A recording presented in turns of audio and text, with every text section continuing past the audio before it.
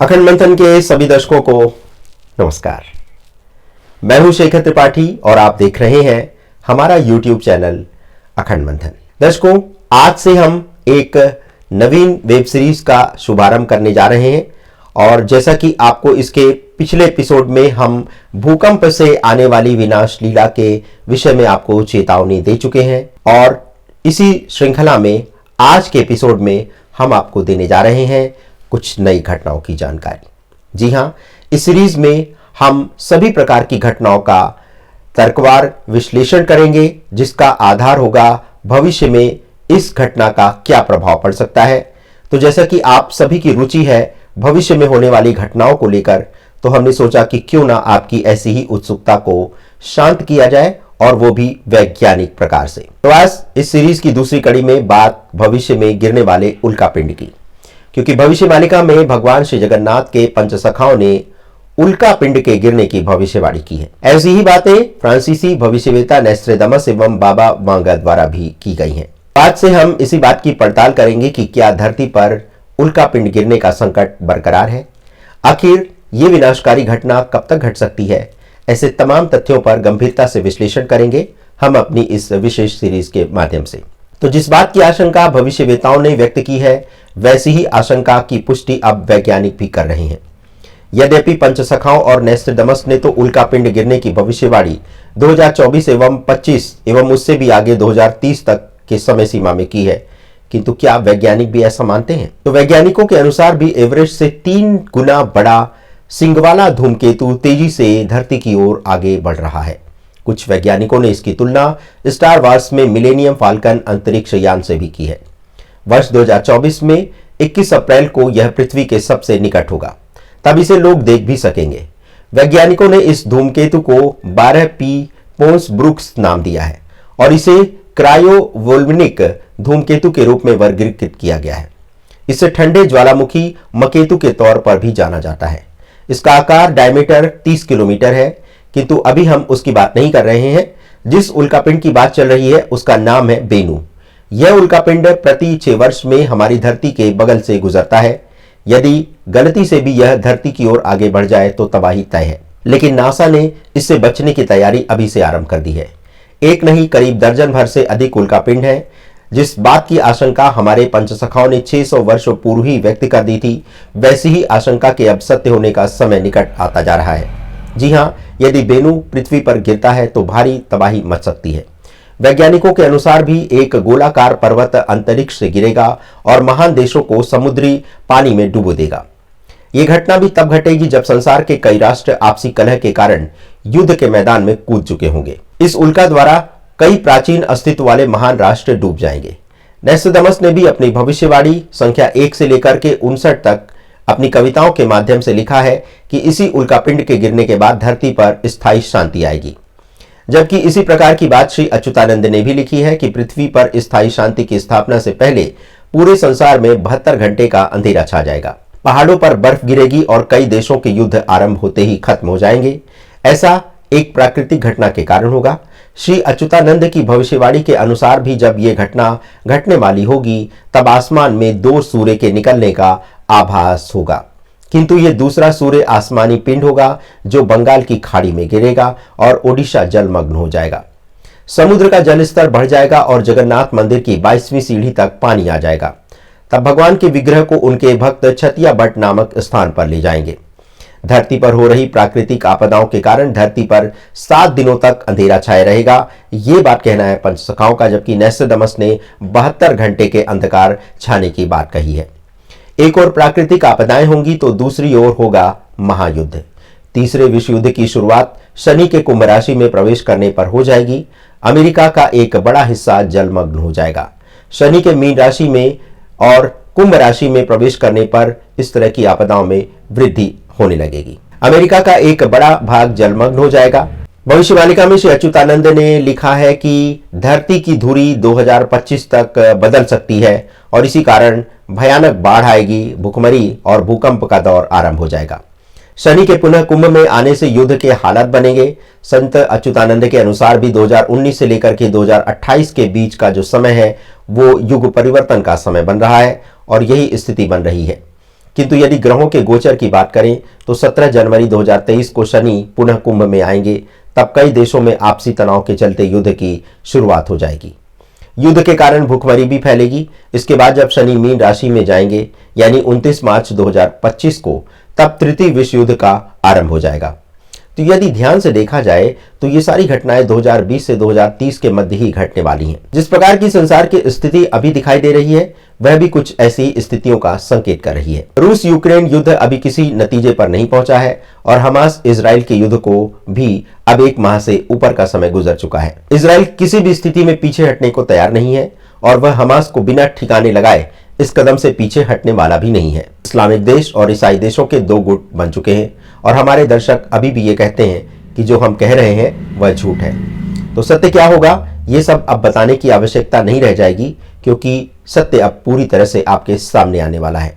किंतु अभी बात करते हैं उल्कापिंड के गिरने की कितनी आशंका है और वैज्ञानिकों की गणना क्या कह रही है, इस बारे में आपको बताते हैं। वैसे वैज्ञानिकों की भाषा में कहें तो उल्कापिंड को किसी ग्रह या तारे का टूटा हुआ टुकड़ा माना जाता है। ये पत्थर या धातु के टुकड़े होते हैं जो एक छोटे से पत्थर से लेकर एक बड़ी मील चट्टान तक और कभी कभी तो एवरेस्ट के बराबर तक के आकार के हो सकते हैं। आकाश में कभी कभी एक ओर से दूसरी ओर अत्यंत तीव्र वेग से जाते हुए अथवा पृथ्वी पर गिरते हुए जो पिंड दिखाई देते हैं उन्हें उल्का और साधारण बोलचाल की भाषा में टूटते हुए तारे अथवा लूका भी कहा जाता है। कहते हैं कि हमारे सौरमंडल में करीब 20 लाख एस्टेरॉयड घूम रहे हैं। नासा के पास पृथ्वी के आसपास 140 मीटर या फिर उससे बड़े करीब 90% एस्टेरॉयड को ट्रैक करने की क्षमता है। अंतरिक्ष में भटक रहा सबसे बड़ा उल्कापिंड जिसका नाम दिया गया है 2005 YU-55, लेकिन फिलहाल खतरा एस्टेरॉयड एपोफिस से है। अमेरिका में खगोल भौतिकी के हार्वर्ड स्मिथसोनियन सेंटर के डॉक्टर अर्निंग शापिरो के अनुसार पृथ्वी को अतीत में कई बार इस तरह के पिंडों के साथ टक्कर झेलनी पड़ी है। उनका कहना है कि इस तरह का सबसे पिछला प्रलयंकारी पिंड 6.5 करोड़ साल पहले टकराया था धरती से। उसने न जाने कितने जीव जंतुओं की प्रजातियों का पृथ्वी पर से अंत कर दिया था। डायनासोर के इस टक्कर से लुप्त होने वाली सबसे बड़ी और प्रसिद्ध प्रजाति है, जैसा कि कोई भी नहीं चाहता कि अब ऐसी घटना फिर से घटे। वह उल्कापिंड सैन फ्रांसिस्को की खाड़ी जितना विशाल था और मेक्सिको में गिरा था। इस टक्कर से जो विस्फोट हुआ था वह 10 करोड़ मेगाटन TNT के बराबर था। इस कारण से पृथ्वी पर वर्षों तक अंधेरा छाया रहा।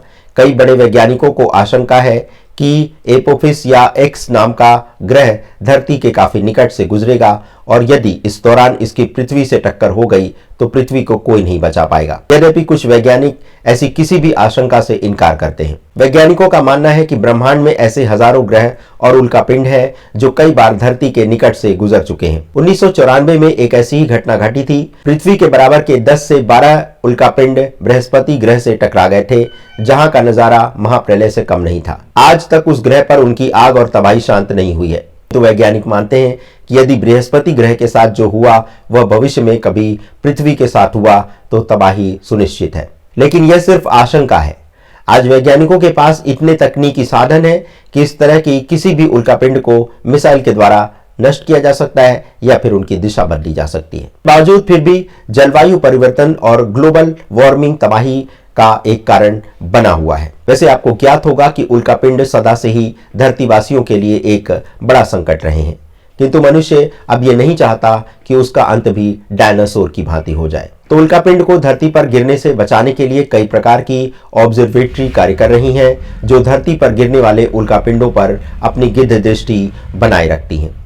किंतु सबसे बड़ी समस्या यह है कि सारे उल्कापिंडों को देखा नहीं जा सकता, क्योंकि वैज्ञानिकों के समक्ष सबसे बड़ी चुनौती सूर्य का प्रकाश है, क्योंकि इसी सूर्य प्रकाश के चलते कई उल्कापिंड हमें दिखाई ही नहीं दे पाते। रूस में 15 फरवरी 2013 को आसमान से एक उल्कापिंड गिरा जो 20 मीटर चौड़ा था।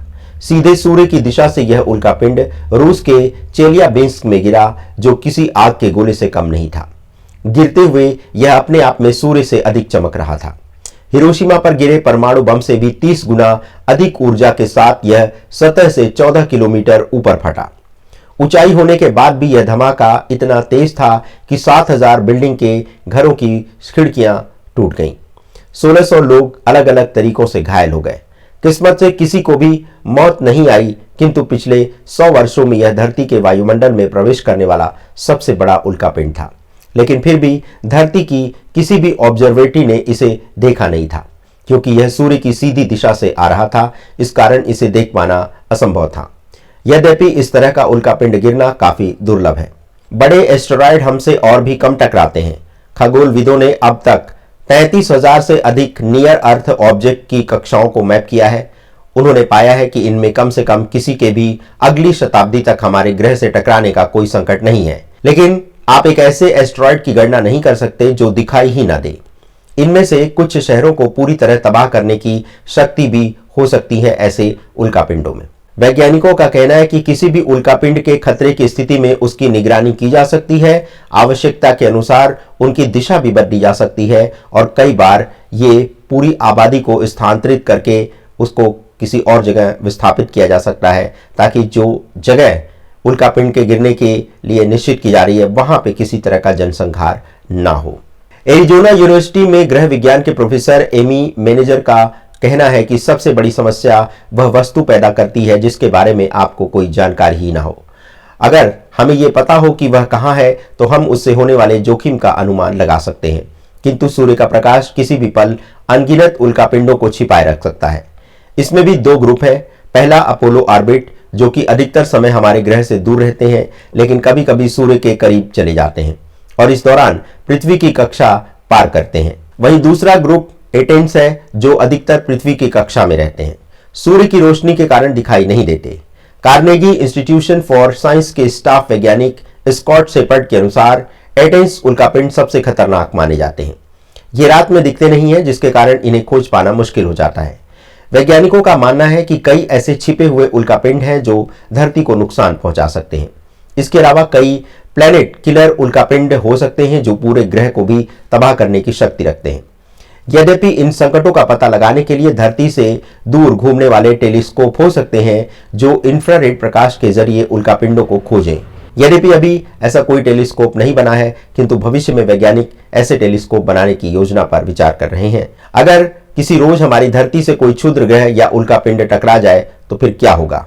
क्या ऐसी किसी आफत को आने से रोका जा सकता है? क्योंकि उल्कापिंड या धूमकेतु अगर पृथ्वी से टकराया तो तबाही निश्चित है। तो इस बारे में हम आपको जानकारी देंगे अपनी वेब सीरीज के अगले एपिसोड में। आज बस इतना ही।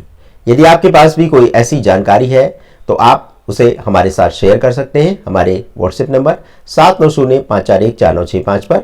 इसके अतिरिक्त आप हमारे ईमेल आईडी akhandmanthan@gmail.com पर भी अपने सुझाव हमें प्रेषित कर सकते हैं।